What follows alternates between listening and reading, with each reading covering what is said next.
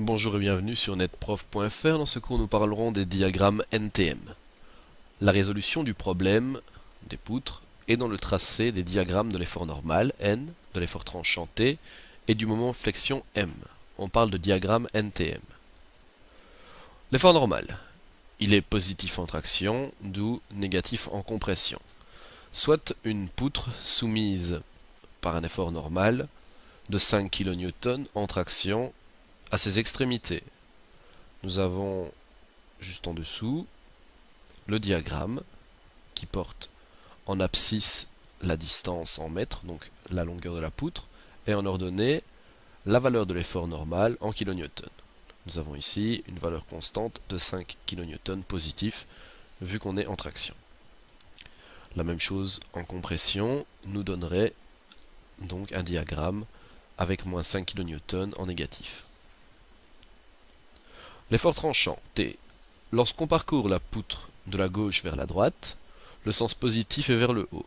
Lorsqu'on parcourt la poutre de la droite vers la gauche, le sens positif est vers le bas. Alors soit une poutre d'une certaine longueur, à ses extrémités on lui applique des efforts de 5 kN qui sont orientés vers le haut, et au centre de la poutre une force de 10 kN orientée vers le bas. Le diagramme se présente comme suit. Nous commençons pour 5 kN vers le haut, donc nous montons de 5 kN, nous avons un effort constant de 5 kN. Arrivé au centre de la poutre, nous devons faire moins 10, on arrive à moins 5, et on continue.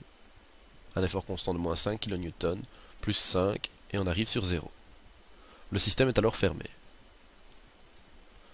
Le moment de flexion M. Lorsqu'on parcourt la poutre de la gauche vers la droite, le sens horlogique est positif. Lorsqu'on parcourt la poutre de la droite vers la gauche, le sens trigonométrique est positif. Alors, soit une poutre ayant à son extrémité gauche une force de 4 kN orientée vers le haut et un moment de 8 kN/m. Au centre, une force de 12 kN orientée vers le bas et à l'extrémité droite, une force de 8 kN orientée vers le haut. Voilà comment se présente le diagramme de l'effort fléchissant. Alors on va développer un peu plus. Dans un premier temps, nous avons donc un moment qui tourne dans le sens horlogique, donc il est bien positif. Donc on monte de 8. Ensuite, il faut prendre en compte la force de 4 kN. Donc on se place au centre de la travée et on applique la loi du bras de levier. Donc on a la force 4 fois 2, car on est à 2 mètres. Ça nous donne 8, auquel il faut ajouter le 8 kN préalable du moment. Donc on obtient 16. Et ensuite, nous avons toujours nous plaçons ici à l'extrémité droite.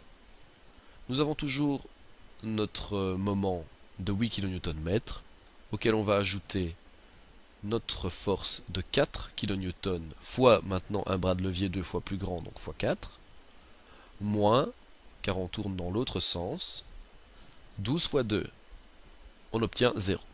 On peut ainsi fermer le système du moment fléchissant.